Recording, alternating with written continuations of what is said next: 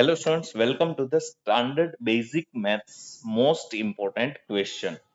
We are starting with the first one, class 10th, chapter 4, section D, means 4 mark question from chapter 4. This question was asked in June 2024. બરાબર છે. આ question ને જૂન 2024 માં પૂછેલો છે. Question is find two numbers whose sum is 27 and product is 182. બરાબર છે. આપણે two numbers find કરવાના છે. સમ 27 થવો જોઈએ અને પ્રોડક્ટ 182 થવો જોઈએ. ટેક્સ્ટબુક નો ક્વેશ્ચન છે. સ્ટાર્ટ કરીએ. હવે કોઈ બી વર્ડ પ્રોબ્લેમ્સ હશે ટેક્સ્ટબુક માંથી, બરાબર છે, તો ફર્સ્ટ ઓફ ઓલ આપણે વેરિયેબલ લેટ કરવાના થશે. We are starting with the variable, તો આપણે એક લેટ કરીએ x. So first step is let the first number be x. ક્વેશ્ચનમાં શું આપ્યું છે?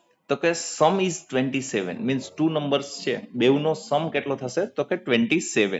એમાંથી એક આપણે x લેટ કરીએ છીએ, તો અનધર નંબર શું થશે? તો કે 27 minus x.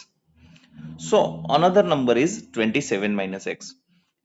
આપણે જે ફર્સ્ટ ટુ નંબર્સ છે બેવ લેટ કરી લીધા કે એક x છે અને એક 27 minus x છે, because the sum of this two numbers is 27. Now, what is the condition given in the question? So, according to the condition given in the question, what is the condition? તો કે product of these two number is 182. આપણે condition શું આપેલી છે? તો કે બેયનો product 182 થવો જોઈએ. કયા બે નંબર? તો કે એક x અને એક 27 minus x.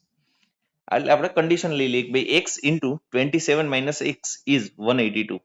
હવે આપણે સિમ્પ્લિફિકેશન લઈએ તો કે બ્રેકેટ સિમ્પ્લિફાય કરીએ. હું x ને 27 અને માઇનસ x બેવ સાથે મલ્ટીપ્લાય કરું. વી are starting with the first one. x is multiply with 27, then 27x, and x is multiply with minus x, so minus x square equal to માં 182 as it is. હવે આપણે equation ને rearrange કરીએ તો normally આપણે જે quadratic equation છે કેવી હોય? તો કે in the form of ax square plus bx plus c is equal to 0. પહેલા x સ્ક્વેર વાળું ટર્મ હોય, પછી x વાળું હોય, પછી કોન્સ્ટન્ટ ટર્મ હોય. સો x સ્ક્વેર ને હું આગળ લખું એટલે minus x square, 27x as it is, 182 ને હું ઇક્વલ ટુ ની આ સાઈડ થી શિફ્ટ કરી દઉં એટલે આ સાઈડ ઇક્વલ ટુ ની આ સાઈડ પ્લસ છે, આ સાઈડ આવશે એટલે minus. Now our quadratic equation is minus x square plus 27x minus 182 is equal to 0. But normally આપણે કેવી ઇક્વેશન યુઝ કરીએ? તો કે x સ્ક્વેર નો જે બી કોએફિશિયન્ટ છે એ નેગેટિવ નો હોય. નોર્મલ ઇક્વેશનમાં આપણે પોઝિટિવ લઈએ. તો અહીંયા આપણી પાસે ઇક્વેશનમાં કોએફિશિયન્ટ છે -1. તો હું શું કરું? એને રિમૂવ કરવો છે આપણે -1 ને. તો -1 થી મલ્ટીપ્લાય કરી દો. Multiply both the sides by -1. -1 થી મલ્ટીપ્લાય કરશો એટલે શું થશે? બધા જેટલા બી ટર્મ્સ છે બધાની સાઇન ચેન્જ થઈ જશે. બરાબર છે. x સ્ક્વેર માઇનસ હતો તો પ્લસ, 27 પ્લસ તો માઇનસ, 182 માઇનસ તો પ્લસ, અને 0 માં કઈ ફરક ના પડે. તમે ગમે એનાથી મલ્ટીપ્લાય કરો, 0 એઝ ઇટ ઇઝ રહેશે. નાઉ our quadratic equation is x square minus 27x plus 182 is equal to 0. હવે આ ઇક્વેશન ને આપણે સોલ્વ કરીને x ફાઇન્ડ કરવાનો છે. સોલ્યુશન માટે ક્વોડ્રેટિક ઇક્વેશનના સોલ્યુશન માટે આપણી પાસે બે મેથડ છે. First one factorisation method and second one quadratic formula. આપણે બેવથી જોઈએ. We are starting with the first one by factorisation method. x square minus 27x plus 182 આપણે મિડલ ટર્મ સ્પ્લિટ કરીએ, 27 ના બે પાર્ટ કરીએ કે જેનો પ્રોડક્ટ 182 થવો જોઈએ અને સમ 27. તો 13 અને 14 થશે, because 13 plus 14 27 and 13 into 14 182. That's why splitting the middle term આપણે જે બી ઇક્વેશન છે બરાબર છે given x square minus 27x plus 182 is equal to 0, એને આપણે સિમ્પ્લિફાય કરીને x square minus 13x minus 14x plus 182 is equal to 0. હવે શું કરશું? તો કે ફર્સ્ટ ટુ ટર્મ માંથી જે કોમન નીકળશે કોમન લઈ લેશું. બેવમાંથી x કોમન થશે અને નેક્સ્ટ ટુ ટર્મ જે છે એમાંથી -14 કોમન થશે. એટલે ફર્સ્ટ ટુ ટર્મ માંથી આપણે x કોમન લઈએ એટલે x - 13 બચશે. સેકન્ડ માંથી -14 કોમન લઈએ એટલે અગેન x - 13 બચશે.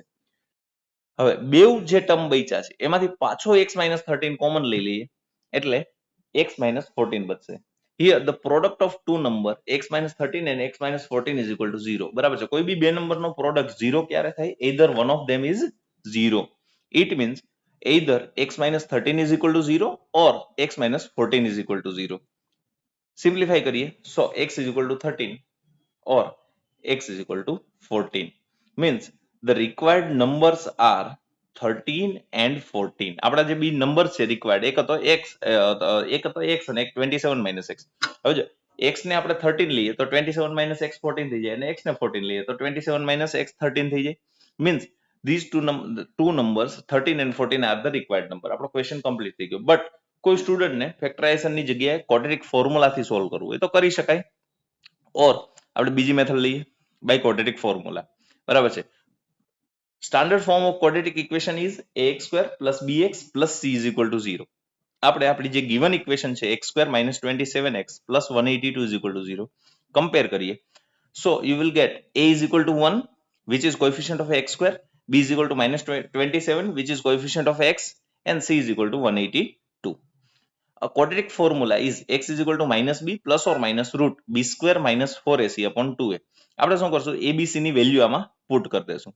Replace b by -27, a by 1 and c by 182. આને સિમ્પ્લિફાય કરીએ, આપણે વેલ્યુ પુટ કરી minus b બ્રેકેટમાં -27 plus or minus route -27 square because b square minus 4ac, a is replaced by 1 and c is replaced by 182 upon 2 into 1, a is replaced by 1. Simplify કરીએ, minus minus plus 27 root plus or minus -27 નો square શું થશે તો કે 729. Minus હોય કે plus હોય square positive થશે. અને minus multiplication of 4 into 1 into 182, તો 182 into 4 728 upon 2 into 1 2. સ્ક્વેર રૂટમાં 27 as it is plus or minus root 729 minus 728 તો કે 1 upon 2. Now હવે what is the square root of 1 તો કે 1. So 27 plus or minus 1 upon 2.